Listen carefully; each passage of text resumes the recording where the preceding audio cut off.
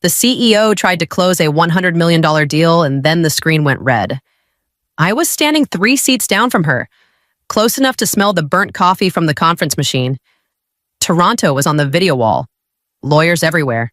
Everyone smiling like it was already done. Then the buyer's counsel stopped mid-sentence. Status change on core asset. He said, "We need clarification." Victoria Hale didn't understand at first. I did. 3 days earlier. She had laughed when I warned her about the loophole. Someone at your level focuses on the deal. Someone at mine focuses on what happens when the deal breaks. I nodded. That night, I bought the rights for $1. But let me back up. My name is Althea Merrick. I've worked in compliance in Chicago for 20 years. The kind of job nobody brags about at dinner parties. I read contracts. I look for things other people step over. We were acquiring a regional logistics company tied into the Great Lakes Freight Corridor. Big deal. Strategic routes. Expansion into cross-border shipping. Victoria loved calling it transformational. 6 months earlier, she cut our internal legal audit budget, said we were over-lawyering. I remember that phrase. I remember the CFO nodding like it was clever. 3 days before closing, I ran a continuity check on the core routing algorithm. Habit. The filing that keeps the intellectual property active during transfer hadn't been finalized. It wasn't dramatic. Just a missing confirmation in the Federal Registry. I went to Victoria privately first. She invited the CFO and outside counsel in halfway through. That's when it turned into theater. "We are not pausing a $100 million transaction over a clerical technicality," she said. Then she added, smiling. "And frankly, someone at your level wouldn't understand cross-border structuring. You ever feel a room shift like that? It gets quiet." But not respectful. I didn't argue. I asked for written confirmation that we were proceeding without renewal. She gave it. At 11:48 that night, I sent a recap email and copied external counsel. Then I reopened the original continuity agreement from 2012. That's when I found the clause nobody remembered anymore. I pulled the 2012 continuity agreement from archive storage like I was digging up something I wasn't supposed to touch. Back then, the company almost folded. Banks circling, vendors unpaid. The board panicked and built in safeguards around the core routing algorithm. I remember because I was the junior compliance analyst stuck reviewing footnotes while everyone else ran damage control. Buried in Section 9 was the line nobody talks about anymore. Section 9 of the 2012 bylaws wasn't a suggestion. It was a statutory mandate. As the registered custodian, I held a fiduciary duty to the asset itself, independent of the CEO's directives. The $1 activation wasn't a loophole. It was a legal kill switch designed to protect shareholders from administrative negligence. In the eyes of the Federal Registry, I wasn't just an employee, I was the legal gatekeeper of that code. Althea Merrick. Authorized custodian. I just stared at it for a minute. This wasn't a clerical fluke. It was a statutory mandate. Section 9 of the 2012 bylaws was a legal kill switch designed to protect the company's core assets from administrative negligence. As the registered custodian, I held a fiduciary duty to the asset itself, independent of Victoria's directives. In the eyes of the Federal Registry, I wasn't just an employee, I was the legal gatekeeper of that code. I called my attorney, Graham Adler. I've worked with him on boring audit disputes. Nothing like this. If I activate it, am I stealing? I asked. You're not stealing, he replied. You're triggering a compliance safeguard. And my job, they'll argue breach of fiduciary duty. They'll say you acted against corporate interest. I didn't. They'll still say it. That sat heavy. Then I opened an internal memo I probably wasn't meant to see. Victoria's restructuring plan post-acquisition. Phase 2, spin off the routing algorithm into a separate holding entity. Phase 3, workforce optimization. 200 engineering roles flagged for reduction. I called Graham back. They're planning to strip the asset. I told him. He paused. If that's true, activating the hold isn't sabotage. It's preservation. Preservation. That word hit different. I wasn't trying to embarrass Victoria. I wasn't trying to win an argument. I was looking at a company about to transfer its most valuable asset without finishing the paperwork and then possibly gut the people who built it. I swear. I almost closed the file and let it go. Almost. Then I opened the federal portal login screen. It was 4 in the morning when I logged into the federal registry portal. The lake was black outside my apartment window. Wind pushing against the glass, my laptop humming like it knew this wasn't routine. I had the filing form open. Protective temporary hold. Registered custodian activation. $1. My finger hovered over the submit button longer than I want to admit. I called Graham again. It wasn't for legal advice. It was for the anchor of another human voice before I crossed the line. If the buyer walks, he told me. Voice rough with sleep. They'll blame you. Publicly or not. It won't matter. This industry is small.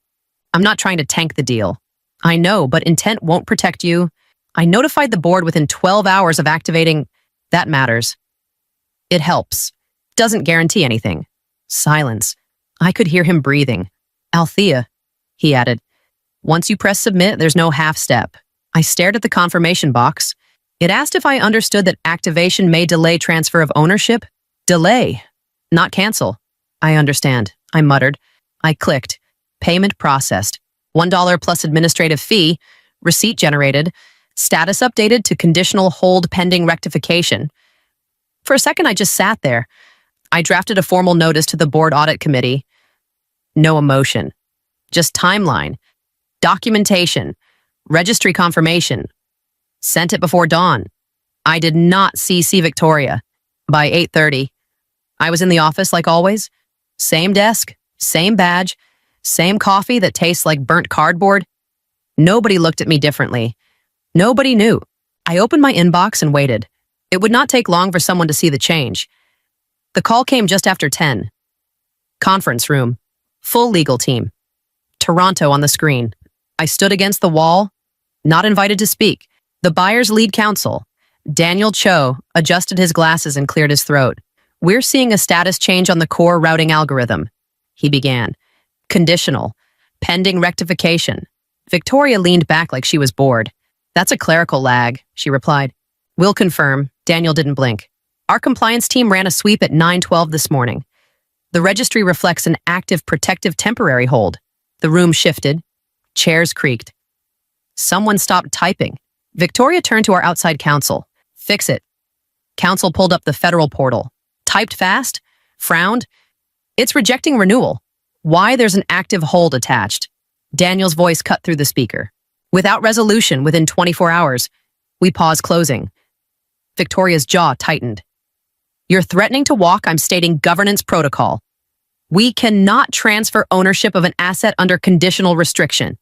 And if we don't resolve in 24 hours, we suspend, issue notice to investors, and reopen valuation. That meant renegotiation. That meant blood. Victoria leaned toward the screen. We'll correct the filing. Daniel nodded once. Then please do. The call ended. Our counsel refreshed the registry page. There it was, in black text. Activating custodian Althea Merrick. The silence in that room felt heavy enough to bruise. Victoria didn't yell, didn't slam anything. She just read my name twice. This wasn't a glitch. She murmured. Outside counsel shifted uneasily. The hold is legally valid. Victoria looked at him. Then at the screen again. She notified the board, she asked quietly. I believe so.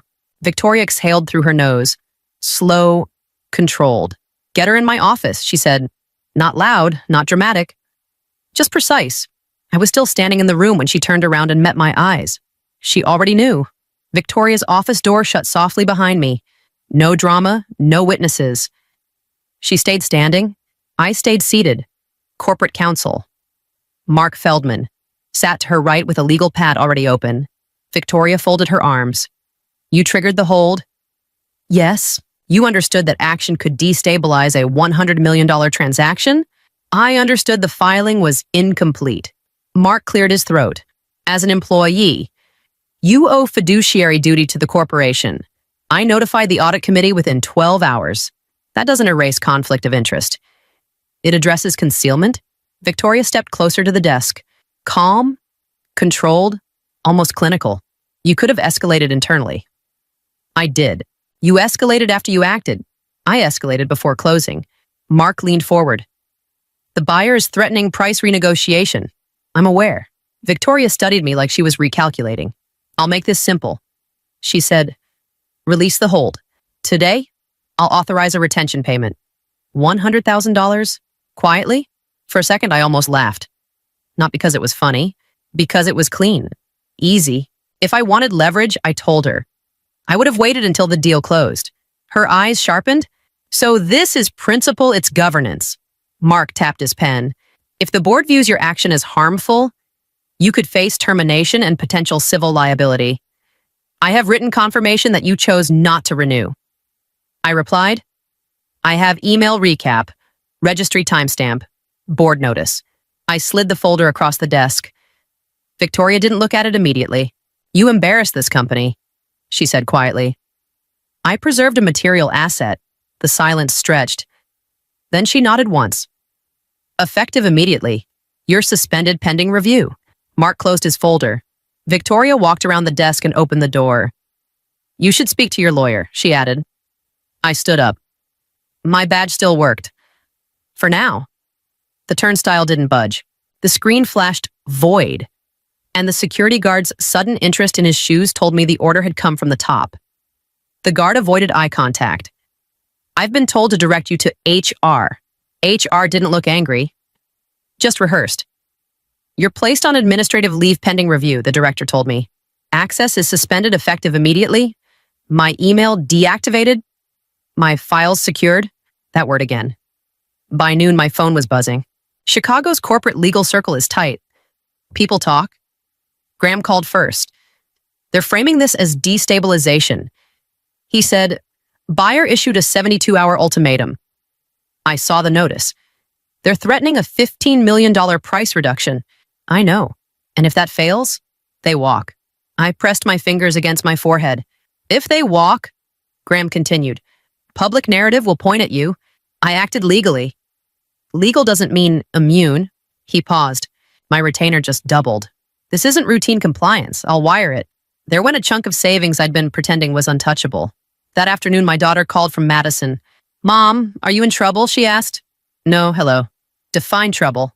Someone sent me a link. Company stock dipped. Your name's in some internal memo. I'm handling it. Did you do something illegal? Silence on the line? Then why does it feel like you're lying? I'm not lying. I'm in the middle of it. After we hung up, I opened my laptop. The buyer had formally reiterated resolve governance issue or withdraw. Stock down 4%. 4% is not catastrophic, but it's loud. I drafted a letter to the board releasing the hold. It took 3 paragraphs to undo everything. I stared at it for a long time. Graham texted, if you fold now, they win the narrative. I closed the draft without sending. For the first time since clicking submit at 4 in the morning, I felt unsure. Not about the clause, about the cost. I didn't write a letter of defense. I wrote a restructuring mandate. By noon, the board of directors had received an encrypted PDF. I didn't use corporate email. I used a private server, ensuring the record existed outside of Victoria's reach. To the board audit committee, the protective temporary hold currently active on the core routing algorithm is a legal safeguard, triggered to prevent the transfer of an unverified asset. I will release this hold immediately upon the execution of a binding governance addendum containing the following terms. 1. Workforce stabilization. A 24-month employment guarantee for the engineering corps. This asset is the people, not just the code. 2. Structural integrity. A permanent injunction against stripping or spinning off the algorithm into sub-holding entities for a period of 5 years. 3. Governance reform. The immediate reinstatement of the Independent Risk Oversight Committee with a direct reporting line to the board, bypassing the office of the CEO. I am not seeking a settlement. I am not seeking a retention bonus. I am seeking compliance. The response didn't come via email. It came through Richard Calloway, the longest-serving member of the board. He called me while I was sitting on a park bench by the lake, the wind biting at my coat. Althea. He started, his voice like dry parchment. You've paralyzed a $100 million closing. Do you realize the liability you've invited? I haven't paralyzed the deal. Richard, I've secured it. Victoria was about to sell the buyer an empty shell.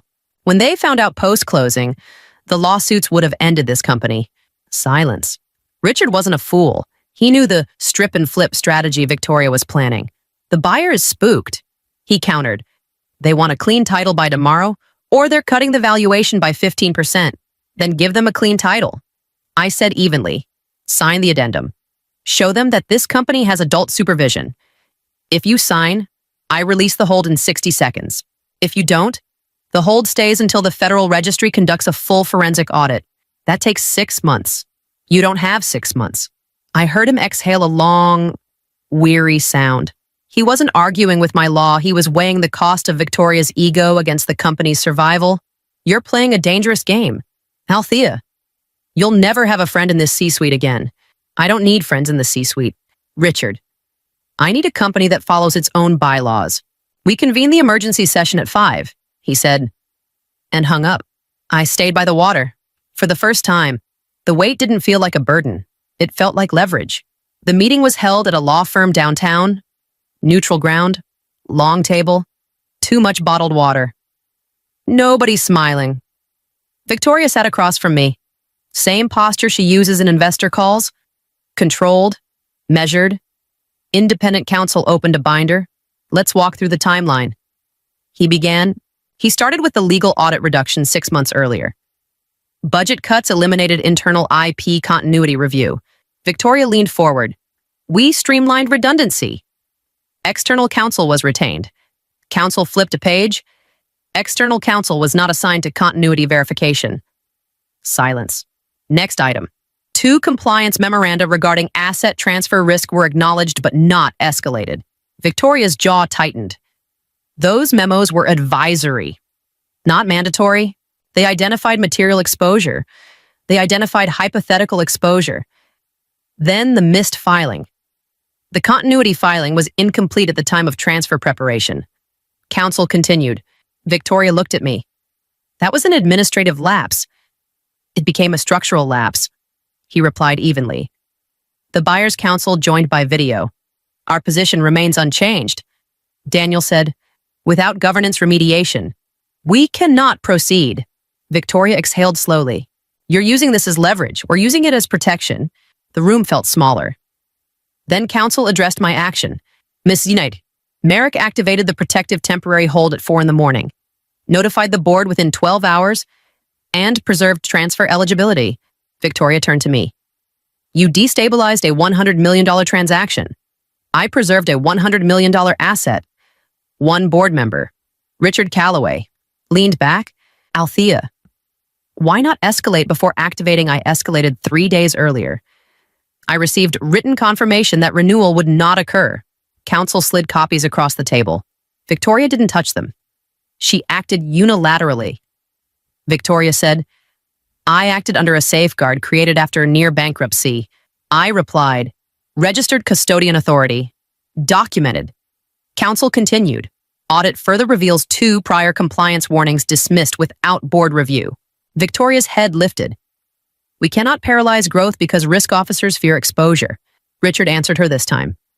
We cannot grow by ignoring exposure. Silence again. Heavy. Victoria tried once more. Investor pressure required margin expansion. Timing mattered. And governance matters more, Richard said quietly. Then they turned to me. I didn't have a speech prepared. I used a $1 federal safeguard to fulfill a duty that this board's budget cuts failed to protect. No one interrupted. The vote wasn't loud, just raised hands. Victoria was placed on administrative leave pending governance investigation. No shouting, no dramatic exit. She gathered her folder slowly, stood up, and walked out without looking at me. The buyer's counsel waited on screen. We'll await revised governance structure, Daniel said. The meeting adjourned. The deal wasn't saved yet, but it wasn't dead either. The revised governance package landed in my inbox at 9:14 in the morning. Independent Risk Oversight Committee reinstated. Reporting line separate from the Chief Executive Officer. External governance audit within 6 months. 200 engineers guaranteed employment for 24 months. No algorithm separation without full board approval. Richard called 10 minutes later. These are binding amendments. He told me, effective immediately. And Victoria, I asked, she's out pending investigation. That wasn't triumph. It sounded like cleanup.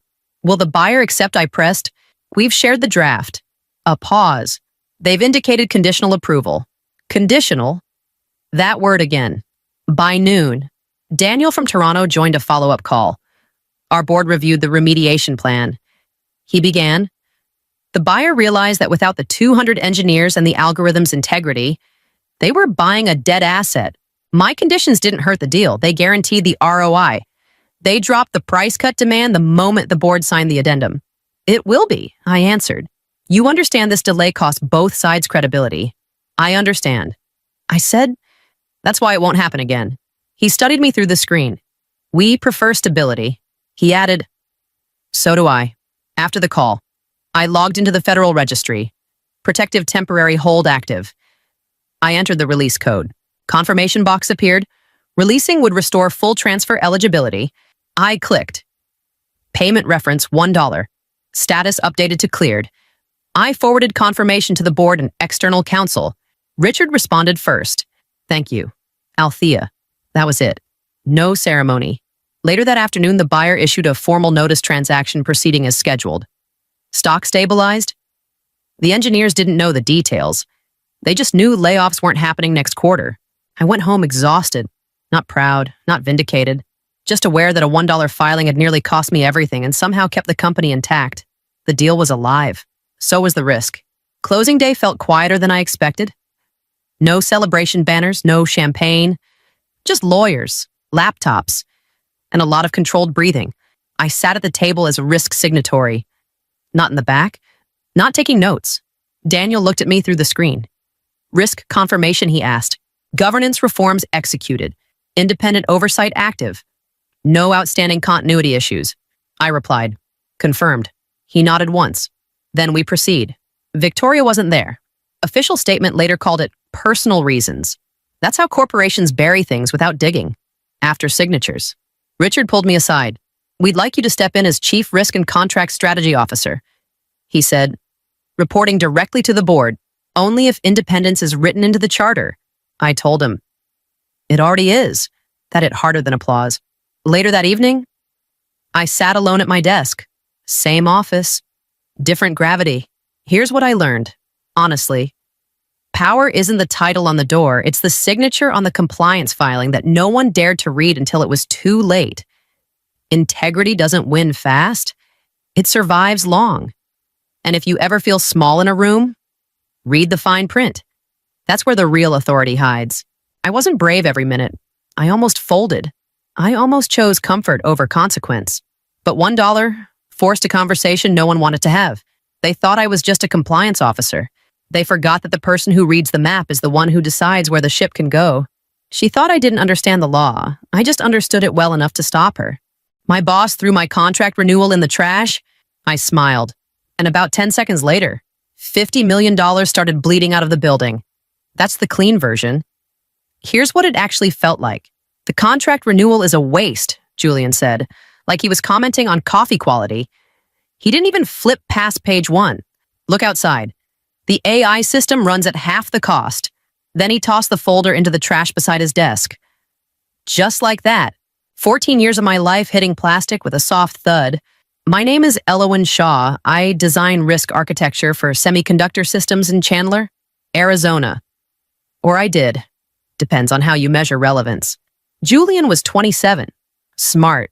I'll give him that. MIT optimization models. All clean dashboards and neat numbers. He wasn't evil, just certain. That's worse sometimes. He leaned back and tapped his tablet. Sync authority mapping effective immediately. He told IT over speaker. I glanced at the clock on the wall. 9:59. Honestly, I almost said something. Not to save my job, just to slow him down. But I didn't. That's on me. 10 o'clock. The overhead lights shifted from white to red. Not dramatic, just procedural. A low alarm tone started humming under the floor. You ever hear a building change mood? It's subtle, like a fridge about to quit. Julian frowned at his screen. Then it froze. Then it updated. High-risk authorization, missing designated responsible official, not found. He blinked. What the hell? His phone started vibrating. He answered. I swear I watched the confidence drain out of his face in real time. What do you mean 50 million, he said. There was a pause. He listened, nodded once. We're handling it. He wasn't. Production metrics dropped to 0 on the wall display. Clean, flat, dead. He turned to me finally. Did you do something? I laughed. Not loud, just tired. You didn't replace me. I said, you revoked the only signature the system recognizes. Down the hallway. Sirens picked up. Somewhere. I smelled hot dust from a server vent. That smell always means something's under load. Julian looked at the trash can, then at me. And that was the moment he realized this wasn't about cost savings. It was about authority. He picked up his phone again and said, call the CEO back. That's when chapter 2 really began. Julian ended the call and just stood there for a second. Like if he didn't move, the numbers wouldn't be real. Explain it, he told me. Not angry. Tight. It's not the AI, I said. It's authentication. He rubbed his forehead. In English. When HR terminated my designated responsible official role. The identity server revoked my digital certificate. The system can't execute high-risk commands without a validated signature. So validate someone else. It doesn't work like swapping a badge. That role is bound to governance approval. You removed the authority layer before replacing it. Across the hall. I could hear supervisors on radios. Short, clipped voices. Production load had dropped to 0. Clean cut.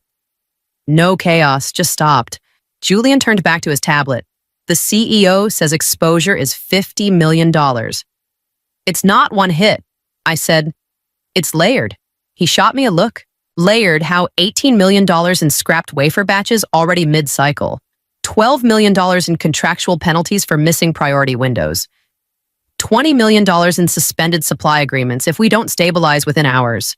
He stared at the numbers like they might rearrange into something smaller. Samir, our senior controls lead, stepped in quietly. We can attempt an escalation override? He offered. His voice was steady, but I could see his hands flexing. Julian seized it.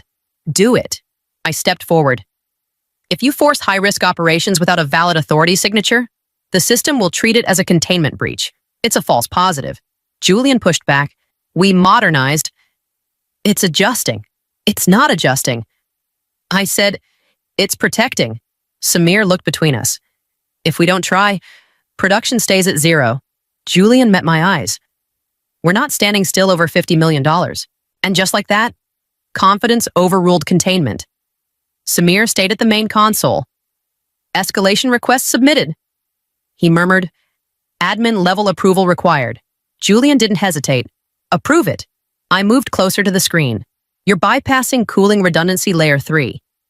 It's just a containment loop, Julian replied. We don't need the full thermal stack to restart. That stack is there for a reason, I told him. Without thermal validation, you'll create load imbalance across the fab. He didn't snap back. He looked at the numbers instead. The dashboards are stable. They're stable because the system locked before the spike. I answered. You're about to force the spike. Samir swallowed. Override token received. Julian nodded. Execute. For a second. Nothing happened. Then I felt it. Not dramatic. Just a shift in the hum under my feet. Cooling towers recalibrating out of sequence. Load bars on the display climbed unevenly. Samir leaned in. We're redistributing thermal load. Too fast, I said. Julian shot me a glance. We can't sit at 0 output. I'm not telling you to sit, I said. I'm telling you the system doesn't forget physics. He exhaled sharply. Run it. A faint vibration traveled through the floor panels. Subtle. Easy to miss if you're staring at charts. Line 4's reading higher oscillation. Samir muttered. Julian frowned. Within tolerance, I tilted my head. There it was again. A thin metallic tremor under the white noise of machinery. That's not tolerance, I said quietly. That's strain. Julian kept watching the screen, and the vibration didn't stop. The vibration got sharper, not louder, just tighter. Like metal grinding its teeth. Samir stared at the graph. Oscillations up 2%, still within tolerance. I closed my eyes for half a second. The sound wasn't in the numbers, it was in the pitch. A thin, high whine buried under the cooling fans. Line 4 spindle? I said, it's going to seize. Julian didn't look at me. That's dramatic. 8 minutes. I told him. That got his attention. Be specific. 8 minutes. I repeated. If the load stays like this, he folded his arms. Samir, log that. Samir hesitated. Log. What exactly? Julian glanced at me. Her prediction. Timestamp it. Fine. He thought I'd be wrong. Honestly, part of me hoped I was. I don't enjoy watching equipment tear itself apart just to prove a point. The vibration crawled through the floor again. I could smell faint hot oil now. Not smoke. Just that metallic tang that means friction's winning. 5 minutes, Samir muttered. Checking the clock. Julian kept his eyes on the dashboard. Sensors are stable, because sensors average. I shot back. Metal doesn't average. 3 minutes. Samir whispered. Julian finally looked uneasy. If this fails, it's on the override logic. It's on physics. I said. The noise changed. Not louder, just wrong. A sharp crack. Then a grinding halt that echoed down the line. Silence followed. Real silence. Even the hum felt thinner. Samir stared at the screen. Spindle seized. Julian didn't move. Production metrics flickered red. He swallowed. It was within tolerance. Tolerance isn't foresight, I replied. His jaw tightened. But the certainty was gone. Just like that. A notification popped up across the main display. Level 3 crisis protocol initiated. Samir looked at me. Not Julian. And for the first time that morning, the room wasn't waiting for a dashboard to tell it what to do. The silence after the spindle failure didn't last long. Compliance took over. By noon, internal risk had remote access to everything. Mara from governance walked in with a tablet tucked against her chest. She didn't look at me first. She looked at Julian. Timestamps confirmed the designated responsible official certificate was revoked at 10:00 during HR sync, she reported. Override was executed at 10:12. Thermal confirmation layer was incomplete. Julian's jaw tightened. We were mitigating exposure. Exposure increased after override, she replied evenly. Escalation was approved under performance pressure. That landed heavier than the spindle crash. I crossed my arms. The system did exactly what it was programmed to do. Mara glanced at me now. You're not currently authorized. Doesn't change the architecture, I answered. By early afternoon, the board had been notified. Not dramatic, just formal. When losses reach $50 million, paperwork moves fast. Julian turned toward me. You're not getting reinstated. I didn't ask. He exhaled. They want you in Phoenix. As independent architecture consultant. So, not employee, not authority, just necessary. I went back to my office and pulled the old binders from the cabinet. Authority flow diagrams, escalation trees, cooling interdependency maps I drafted almost a decade ago. Samir hovered in the doorway. You were right. That's not the win you think it is, I told him. He shifted. What happens at the board? They'll decide whether this was a technology failure, I said, sliding the documents into my bag, or a governance one. He nodded slowly. On my way out, I walked past the server corridor. The air smelled faintly metallic, like overheated circuitry settling back down. This isn't about automation. I muttered to myself. It's about stewardship, and stewardship was about to be audited. Phoenix headquarters always feels colder than Chandler. Over air-conditioned, like control is measured in temperature. The board sat long and quiet. No raised voices, just eyes. Julian started. Our modernization reduced operational costs by 12% in the first quarter, he explained, flipping through slides. The AI system optimized energy distribution and labor allocation. Numbers, clean, confident. One of the board members, Patricia Lane, nodded slowly. And yet we're discussing $50 million in exposure. Julian's jaw tightened. Containment escalated unnecessarily. That's when they turned to me. I opened the folder I'd pulled from storage that morning. Old diagrams. My handwriting on the margins. This is the authority flow diagram, I began. Every high-risk command passes through a validated, designated responsible official. When my certificate was revoked, the chain broke. Patricia leaned forward. You're saying governance, not automation, triggered containment. Yes, Julian cut in. The system overreacted. It reacted exactly as designed, I replied. Escalation logic tree is layered for that reason. I flipped to the next page. This is the cooling interdependency network. When redundancy layer 3 is bypassed, load shifts here. I tapped the diagram. Which node validates risk signature during that shift silence? Julian looked at the screen, then at the printed map. He hesitated. The primary thermal controller?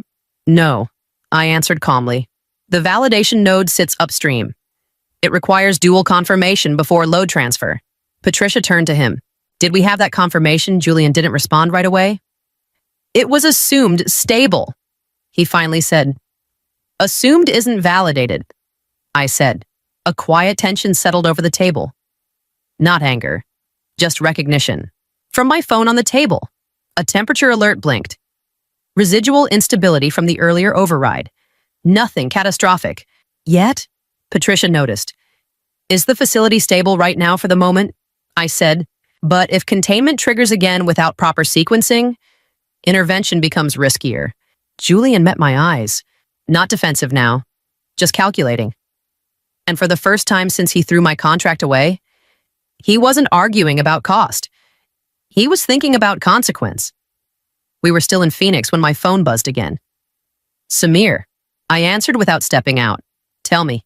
Thermal deviation just crossed the secondary threshold. He said, voice tight.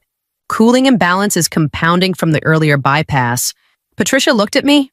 Translate. The system's reaching the point where containment logic intersects with authority mismatch. I said, if it crosses both, risk containment mode activates. Julian straightened. Can we stop it? Not without a validated authority chain, I replied. Samir cut in through speaker. We can force reboot before it triggers. Julian sees that. Do it. Wait, I said. Patricia's eyes narrowed. Explain. If you reboot blind, I said, steady. You'll fry the controllers. Cooling's already unstable.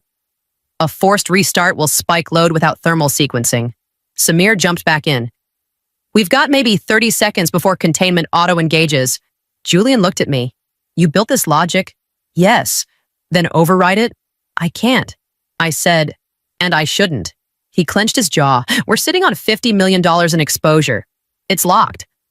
I said, forcing this makes it worse. Samir counted quietly. 20 seconds. Patricia leaned forward. What does containment do? Controlled shutdown. I answered. Power down non-essential operations. Preserve hardware integrity. Protect the fab. Julian's voice dropped. That means production stays at 0. For now, I said, 10 seconds. Samir warned. Julian looked like he wanted to fight it. Fight physics. Fight math. Fight me. Instead, he exhaled. Stand down on the reboot. Silence. Then Samir's voice again. Containment mode engaged. Through the phone. I could hear it, the hum thinning. Machine stepping down in sequence. No explosion. No chaos. Just a facility choosing survival over pride. Samir came back on. Full controlled shutdown complete. Patricia folded her hands. So this is protection. Yes, I said. Julian didn't look at me. Exposure confirmed at $50 million. No one argued with that number anymore. The system had done exactly what it was built to do. And now the blame had nowhere else to go. The boardroom didn't feel dramatic, just quiet in a heavy way. Like everyone already knew the number before Julian opened his mouth. He stood at the end of the table, remote in hand. Total exposure stands at $50 million. He began, 18 million in scrapped production, 12 million in contractual penalties, 20 million in suspended priority supply. No one reacted. That was worse. Robert Klein from the risk committee leaned back. Root cause. Julian paused. Just a second. Containment escalation triggered due to authority revocation and thermal instability. Patricia turned to me. Your assessment, I didn't soften it. I didn't fail. Governance did. Julian didn't interrupt this time. I slid the architecture diagrams forward. We removed the designated responsible official without replacing the authority chain. Then we overrode cooling safeguards under pressure. Robert frowned. So automation isn't the problem. No, I replied. Unbalanced decision-making is. Julian cleared his throat. We were optimizing cost structure and ignored consequence structure. I said, the supply partners didn't trigger the penalty clauses. Why? Because the crisis protocol logs proved we chose a controlled shutdown over a catastrophic failure. My signature on those logs converted a negligence claim into a documented safety event. I saved the insurance coverage. And that's why the board didn't fire me. The room shifted. Not loud. Just attention recalibrating. Patricia tapped her pen. Your proposal.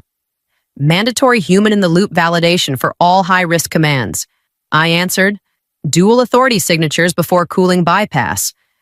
Reinforced mechanical oversight, integrated with analytics. Julian stared at the table. That slows decision speed. It increases survival speed. I countered. Robert nodded slowly. What about leadership? Patricia looked directly at Julian. Your response. He exhaled. No defensiveness left. I optimized for cost. He admitted. Not for consequence. That honesty cost him something. The vote happened without ceremony. Julian reassigned to data strategy. Authority model restructured. Risk oversight elevated. No applause. No humiliation. Just paperwork and signatures. As the meeting ended, Julian stopped beside me. I optimized for analytical precision, Julian admitted, his eyes on the floor. I ignored structural accuracy. I looked at him. Data is a map, Julian, but the map doesn't feel the heat when the cooling loops fail. You manage the dashboard, I manage the physics. He didn't argue. Walking out of that room, I didn't feel victorious, just aware. Trust doesn't come back because a vote passes, it comes back slowly. Or not at all. And now it was my turn to decide whether I wanted to rebuild it. By the time I walked back into the Chandler control room, I carried an emergency governance mandate signed by the board. I wasn't an employee yet. I was a statutory consultant with temporary authority that outranked Julian's entire department. My badge didn't just grant access, it restored the legal chain of command. Samir looked relieved. We're stable in full containment. Ready when you are. Phase 1. I told him. Cooling validation only. No production load. He nodded. Layer 1 and 2 online. Layer 3 stays isolated until thermal equilibrium. Julian stood behind him. Not at the front anymore. I'll observe. He muttered. That's fine. I replied. Just don't rush it. Cooling towers hummed back in sequence. Not loud. Controlled. The numbers rose slowly this time. Thermal delta within safe variance. Samir reported. Phase 2.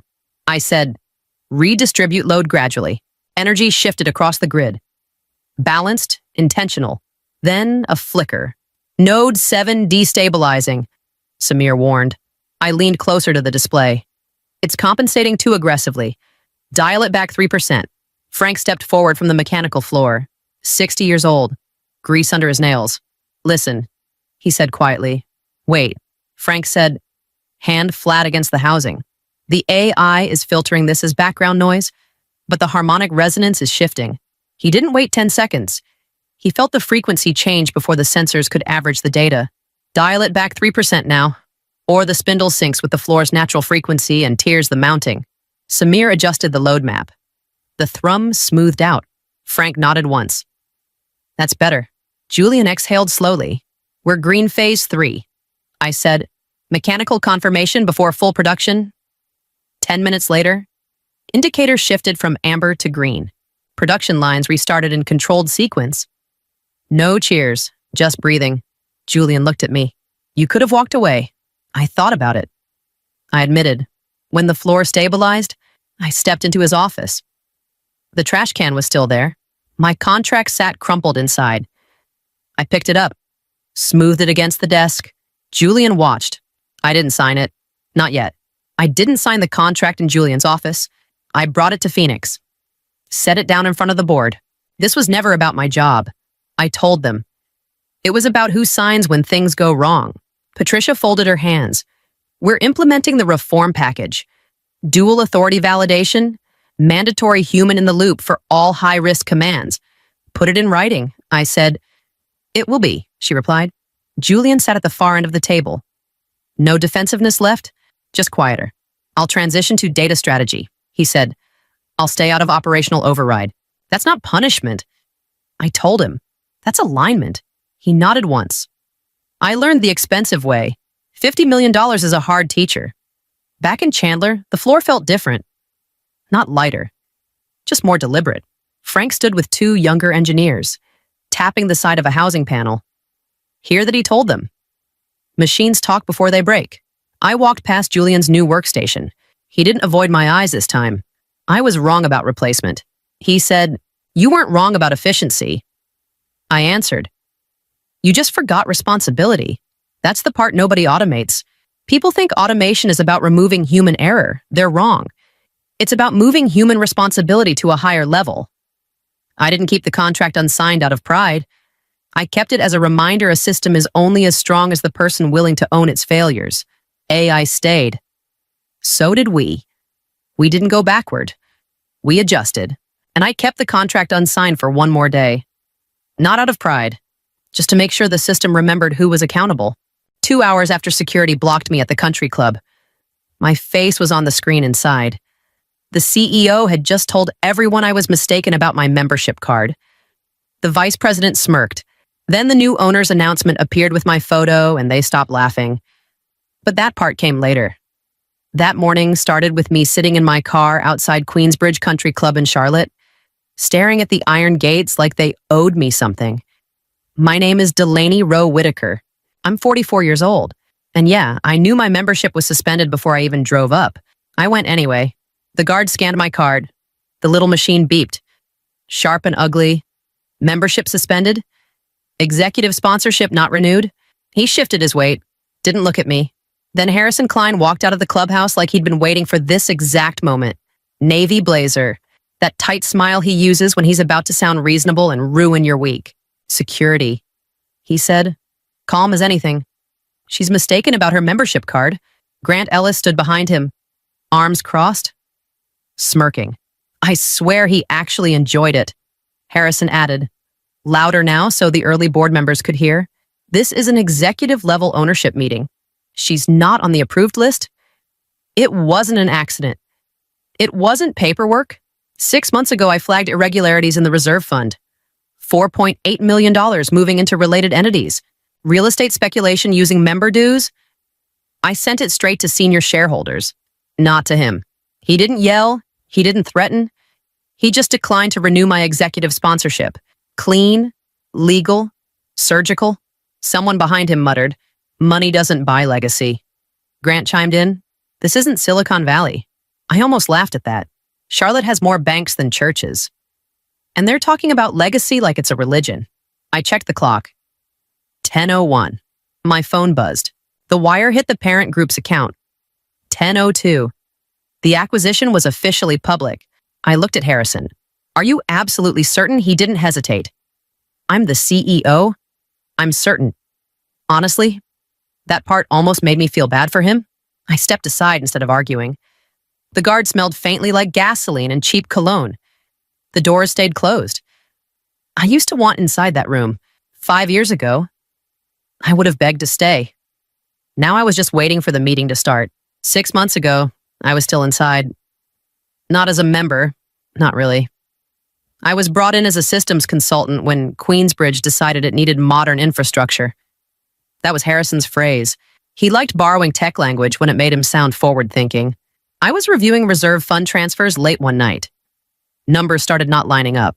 $4.8 million allocated to limited liability companies tied to board relatives. Emergency reserves shifted into speculative real estate. A membership fee increase passed without proper quorum. Sloppy, but wrapped in formal minutes. I walked into Harrison's office the next morning. There are irregularities. I told him. These transfers need explanation. He didn't raise his voice. That's not his style. You're overstepping, he replied. You're a contractor. It's member money. It's board discretion. I left his office and sent the report to 3 senior shareholders in the parent asset group. I knew that would burn whatever goodwill I had left. He never confronted me about the report. Instead, 2 weeks later, I received a notice. Executive sponsorship renewal under review. Membership suspended pending conduct inquiry. No accusation, just process. I called him. You're suspending me for reporting financial discrepancies. I'm protecting the club, he answered. You breached confidentiality. I sent it to shareholders. You're not one of them. That was it. Clean, procedural, no drama. Just a door quietly closed. Back in the present. Outside the ballroom, Harrison gestures toward me as more members arrive. She's a former consultant. There was a confidentiality concern. Grant nods like it's a settled case. I don't correct them. I text my general counsel. Public disclosure confirmed on the registry portal. 10:02. You're live. Delaney? I look at Harrison again. He thinks governance saved him. He has no idea governance just shifted. I could have sued. A few friends told me to. Take him to court, make it ugly. That's the fast route. Loud. Satisfying for about 5 minutes. I didn't. Instead, I hired a forensic accounting firm out of Atlanta. Not flashy. Quiet people. The kind who don't raise their voices because the numbers do it for them. I brought in independent compliance counsel too, and an acquisition advisor who'd handled distressed assets before. If Harrison wanted to play procedure, fine. I'd play structure. Thomas Brennan came to see me one afternoon. Operations director, mid-50s, always smells faintly like burnt coffee and printer toner. We met in a bland conference room downtown. No windows. He slid a folder across the table. I didn't sign off on these. He told me. Inside were ledger copies, transfers tied to those limited liability companies, reserve reallocation approvals that didn't match meeting minutes. Why are you giving me this? I asked. I'm not giving you anything, he replied. I'm clarifying what I didn't authorize. That was his line. Careful. Neutral. He wasn't betraying Harrison. He was protecting himself. Queensbridge wasn't owned by members. It belonged to an aging asset management group that hadn't adapted in years. Revenues down, debt creeping up. They needed liquidity. I met privately with 3 controlling shareholders. No drama, just numbers. I can acquire through my private equity arm. I told them. Aegis Meridian Capital Partners, structured buyout, $55 million, clean transfer. One of them leaned back. And what's your play here, turnaround? Governance reform, stabilize valuation. They voted 2/3 in favor of strategic sale exploration. Harrison knew a buyer existed. He knew the firm name, Aegis Meridian Capital.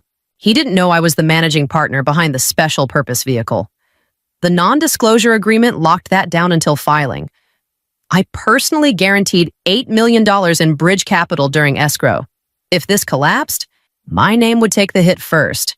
Outside the ballroom now, I watch Harrison laughing with Grant through the glass. He thinks capital always needs continuity. He doesn't realize capital already replaced it. From outside the ballroom doors, I can hear Harrison's voice through the glass. Smooth, confident. He's in his element now. Thomas finally nods at security and lets me step just inside the back wall. Not front row. Not yet. Just enough to hear clearly. Harrison stands at the podium beneath the Queensbridge crest. After careful consideration, he begins. Queensbridge has been acquired for $55 million by Aegis Meridian Capital. Polite applause rolls through the room. Controlled. Measured. Grant relaxes beside the screen, shoulders dropping like he just avoided a car accident. Harrison continues. This partnership ensures continuity, stability, respect for tradition. Translation, nothing changes. The first slide appears, Aegis Meridian Capital. My firm's logo fills the screen. Clean. Minimal. Harrison pauses half a beat. He recognizes the name. Everyone in Charlotte does at this point. Cybersecurity contracts, banking clients, federal work. He recovers fast.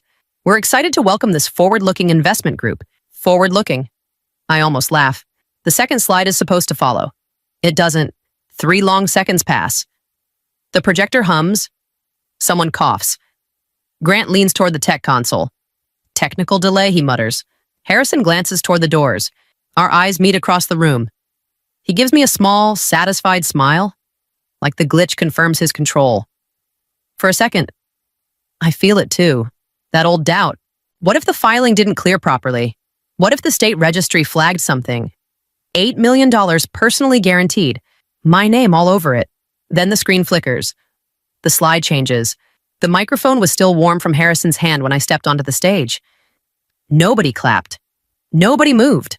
The silence in the ballroom was so heavy you could hear the hum of the industrial HVAC system overhead. Harrison didn't step down immediately. He stood there.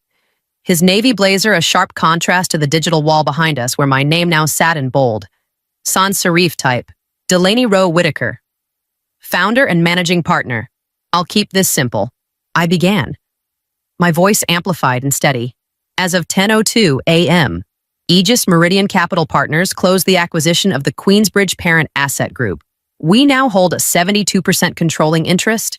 Harrison cut in, his voice tight with a desperate kind of authority. On what grounds are you addressing this room? Ownership of an asset group doesn't override the operational bylaws of this private institution. You are a suspended member. Delaney. I didn't look at him. I looked at the front row, the people who actually held the debt. Under the new Article 9 amendment, filed with the state this morning, controlling interest grants immediate governance, restructuring rights in cases of fiduciary negligence. I'm not just a member anymore. Harrison, I am the fiduciary oversight. Grant stepped forward from the tech console, his smirk long gone. You can't just walk in here and dismantle 12 years of leadership based on a grudge. I'm not dismantling anything, I told him, clicking the remote in my hand. I'm auditing it. A new slide appeared. It wasn't a logo this time. It was a forensic heat map of the reserve fund during the 90-day due diligence period. Independent auditors identified material governance irregularities. I continued. Specifically, $4.8 million in emergency reserves diverted into speculative real estate LLCs. These entities share registered agents with firms owned by sitting board relatives. This isn't a procedural disagreement. It's a self-dealing kickback scheme disguised as asset exposure. Harrison stiffened, his face turning a mottled shade of red. I was protecting the club's legacy. Those investments were designed to ensure our long-term valuation in a shifting market. Legacy isn't a shield for a $4 million hole in the capital reserve, I replied, and valuation doesn't survive a Department of Revenue audit, which is exactly what happens if these related party transactions aren't corrected by the next fiscal quarter. I turned to Thomas Brennan, who stood by the side door with a leather portfolio. Thomas stepped forward, his neutral expression finally breaking into something resembling relief. The resolution has been signed by the majority shareholders, effective immediately. The office of the CEO is vacated. Mr. Klein is placed on administrative leave pending a formal independent investigation. All system credentials and physical access are hereby revoked. The room reacted not with a roar, but with the quiet, frantic whispering of people realizing the ship had already sailed. Power doesn't always exit with a bang. Sometimes, it just drains out of the room like a receding tide. Harrison looked at the senior board members. Caldwell, Reese, Margaret. He searched for a lifeline, a nod, a single voice to cry, objection, but they stayed silent. They weren't defending me, but they weren't going down with him either. In Charlotte, loyalty ends exactly where financial liability begins. This is a coup, Harrison hissed, leaning toward the mic one last time. No, I said, stepping into his space. It's a foreclosure. You treated this club like your private kingdom. Harrison, you forgot that in a kingdom. You eventually run out of other people's money. I didn't gloat as he walked off the stage. I didn't need to. The digital fingerprints on those ledgers were more permanent than any speech I could give. The reckoning wasn't dramatic. It was a cold, hard adjustment of the books, and for the first time in 5 years, the numbers finally added up. I don't raise my voice. I don't need to. Let me be clear. I begin. During due diligence, material governance irregularities were identified that require independent review. I choose every word carefully. I don't say fraud. I don't accuse him by name. Harrison exhales sharply. You're creating panic over procedural disagreements. No, I answer. I'm initiating external legal review. Grant steps in, almost desperate now. You're overreacting. I retained independent compliance counsel before closing. I tell him, that wasn't reactive. Thomas reads from the prepared notice in his hand. Effective immediately. Mr. Klein is placed on administrative leave pending investigation. Harrison turns toward him. You're going along with this? Thomas doesn't flinch. I'm following the filed resolution. I continue. A full financial transparency audit will be conducted. Governance restructuring committee will be formed within 30 days. Harrison laughs once. Dry. You're dismantling 12 years of stewardship. Stewardship requires accountability. I reply. He steps closer. I was protecting tradition. There it is again. Tradition. He clings to that word like it's a life raft. Tradition isn't a shield for misconduct. I tell him. The room is completely still. You weren't protecting Queensbridge. I add quietly. You were protecting the glass cage you built around yourself. That lands. I can feel it. Grant looks down at his hands. One of the senior members whispers something to another. Not defense. Calculation. Harrison's face tightens. You don't get to erase me. I'm not erasing you. I say, this process follows procedure, and that's worse. He knows it. Old money survives scandal if it stays quiet. But formal investigation minutes recorded. Counsel involved. Tax review flagged as procedural oversight. Reputation doesn't explode. It erodes. Harrison straightens his jacket like that's the last piece of control he has left. This isn't finished. I nod. No, it's not. The ballroom empties into smaller rooms. The real decisions never happen at the podium. We move into the board conference room. Long table. Closed doors. No applause here. 3 senior shareholders speak first. Caldwell, Reese, and Margaret Holloway. They built half of Uptown between them. Caldwell leans back. We care about stability. Reese nods. Exposure risk is unacceptable. Harrison sits stiff across from me. You're entertaining theatrics over minor allocation differences. The independent counsel clears his throat. $4.8 million in related party transactions triggers review standards. Review, Harrison repeats. Not misconduct. Margaret cuts in. Perception matters? Grant hasn't looked up once. Counsel continues. If procedural irregularities exist, tax review must be noted as a matter of compliance, not accusation. Harrison turns to them. You're choosing her over me, Caldwell answers calmly. We're choosing the institution. Silence after that.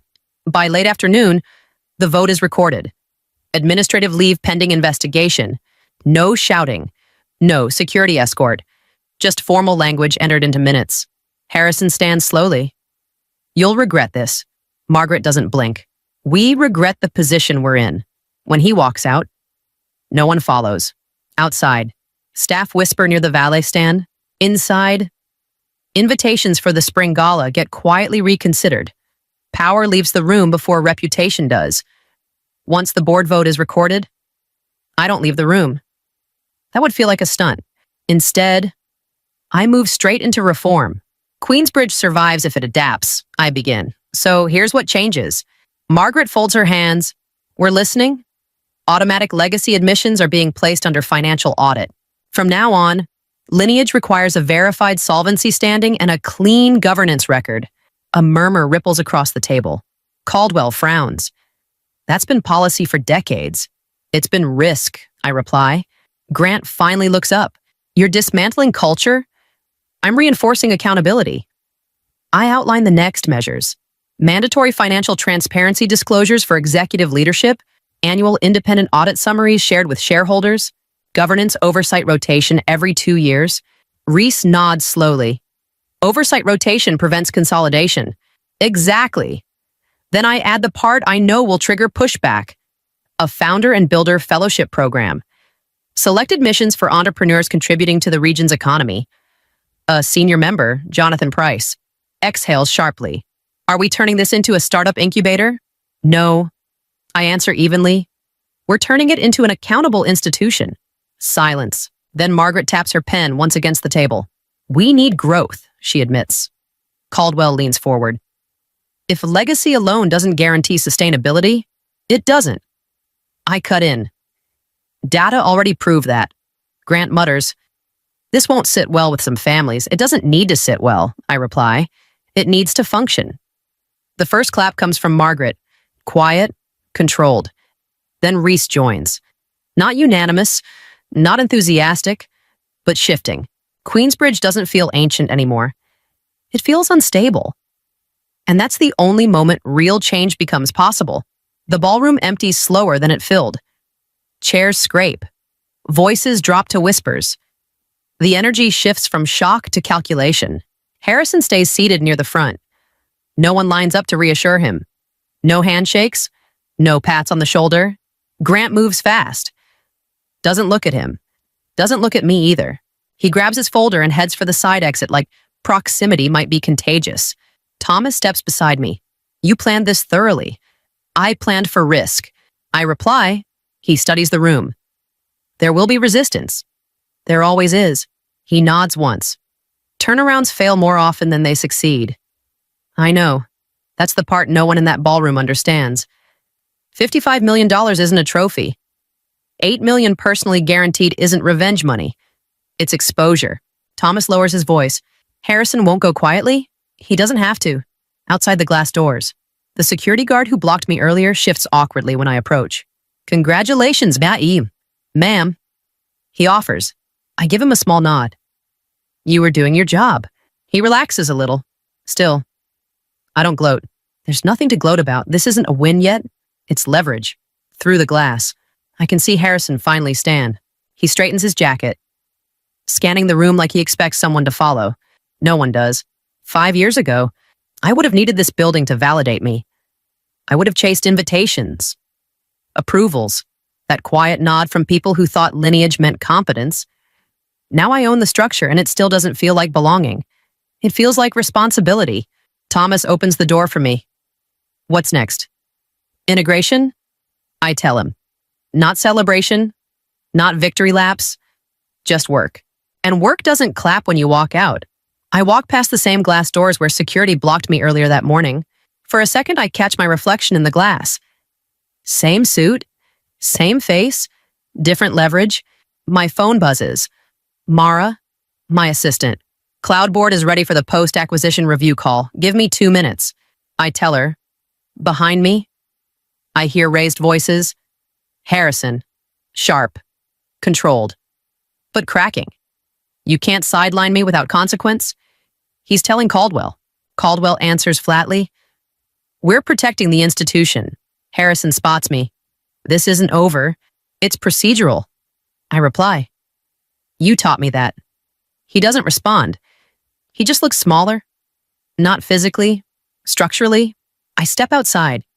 The air smells faintly like cut grass and gasoline from the valet lane. Same smell from earlier. Nothing changed there. Mara comes back on the line. Ready, patch me through. As the call connects, I lean against my car. Here's the thing nobody tells you.